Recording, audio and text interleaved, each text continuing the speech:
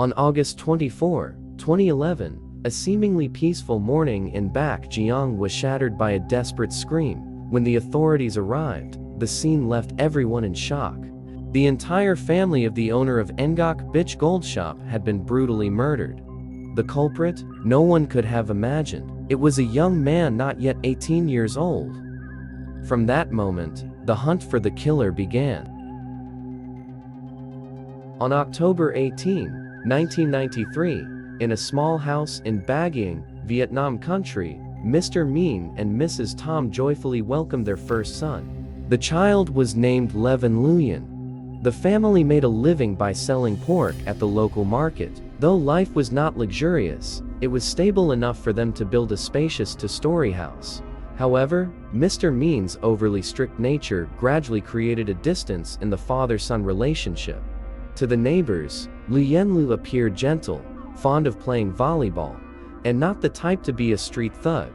Yet, his declining studies and failure to pass the high school entrance exam marked the beginning of a long downward spiral.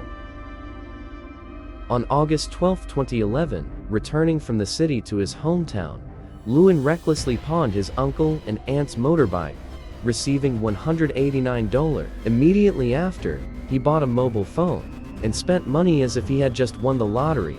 From that day on, his parents could no longer contact their son. Tragically, just one day later, Mr. Minh hurried to redeem the motorbike to return it to his brother, then abandoned all his work to search for his son. If Luyen had turned back at that moment, perhaps the tragedy of blood and tears would never have happened. During his wandering days, Luyen buried himself in gaming cafes and guest houses. He bought a 50-centimeter machete and also carried a switchblade hidden on his body. These weapons were the very seeds of a tragedy.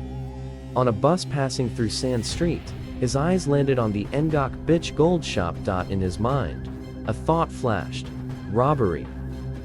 On August 22, Luyen sat at a sugarcane juice stall across from the gold shop, waiting for a chance. But that day, the shop next door was still open, so he had to give up.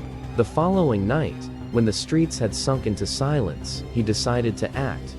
At around a.m., Luyen climbed onto the roof of the house next to the gold shop. A sudden rain poured down, but he held his ground, then crept along the third-floor balcony, pried open the shutters with a knife, and slipped inside. After cutting the power and disabling the camera system, Luyen lurked on the third floor, waiting for each family member to appear so he could strike.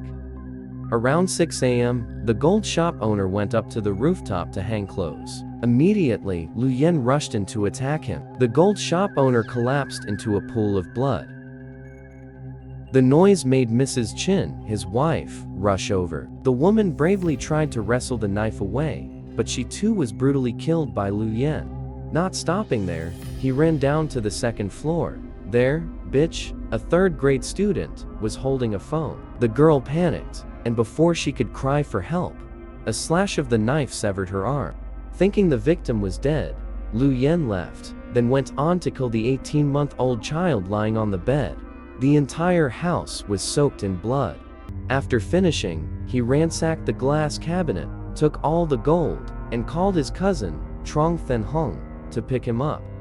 During the struggle, he was injured in the arm and had to go with Hong to the commune health station to get the wound stitched. That very bloodstain became an indelible piece of evidence.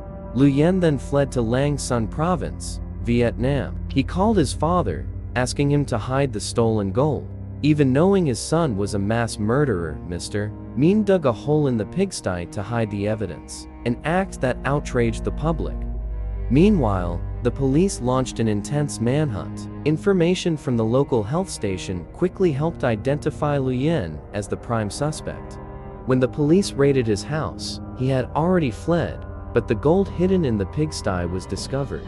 On August 31, 2011, exactly 7 days after the massacre, Luyen was arrested near the Lang Son border area, just 200 meters from China. In his possession, the police seized nearly 200 taels of gold, 150 tenths of Western gold, and a mobile phone, with a total value of $61,000. On March 30, 2012, In court, Luyen faced the verdict: 18 years in prison for murder, 18 years in prison for robbery. The combined sentence: 18 years in prison, the maximum penalty for a minor under 18.